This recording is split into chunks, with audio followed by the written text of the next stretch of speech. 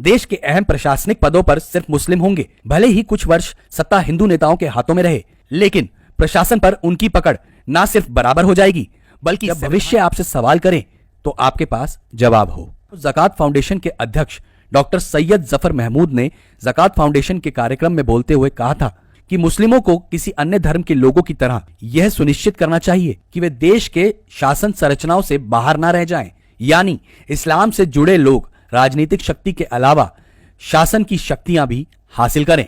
आप सोच रहे होंगे कि ज़कात फाउंडेशन क्या है, तो सुने। ज़कात फाउंडेशन के माध्यम से रिटायर्ड मुस्लिम अफसर अब मुसलमान युवाओं को आईएएस आईपीएस बनने की राह दिखा रहे हैं। ये अफसर इस संस्था की मदद से हर साल 20 से 25 मुस्लिम युवाओं को सिविल सर्विस की परीक्षा पास करा रहे हैं। यही नहीं, अब मुस्लिम युवाओं की संख्या बढ़ाने के लिए ज़कात फाउंडेशन के अध्यक्ष डॉक्टर सैयद जफर महमूद ने जमीयत उलेमा ए हिंद की मदद से 3 एकड़ जमीन पर डासना में सर सैयद कोचिंग संस्थान के लिए नई बिल्डिंग का निर्माण शुरू कर दिया है।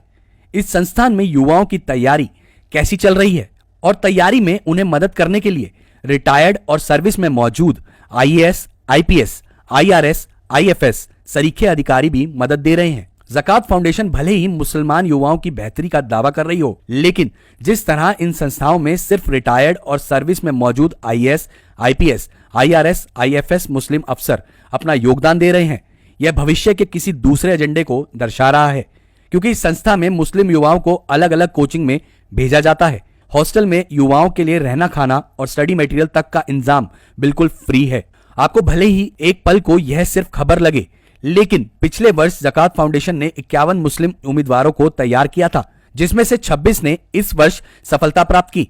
आने वाले दिनों में जब संस्था के पास बड़ी बिल्डिंग होगी तो समझ जाइए, देश के अहम प्रशासनिक पदों पर सिर्फ मुस्लिम होंगे। भले ही कुछ वर्ष सत्ता हिंदू नेताओं के हाथों में रहे, लेकिन प्रशासन पर उनकी पकड़ न सिर्फ बराबर हो जाएगी, बल्कि संवैधानिक और प्रशासनिक पदों पर एक असंतोष और प्रेशर ग्रुप का निर्माण भी हो जाएगा।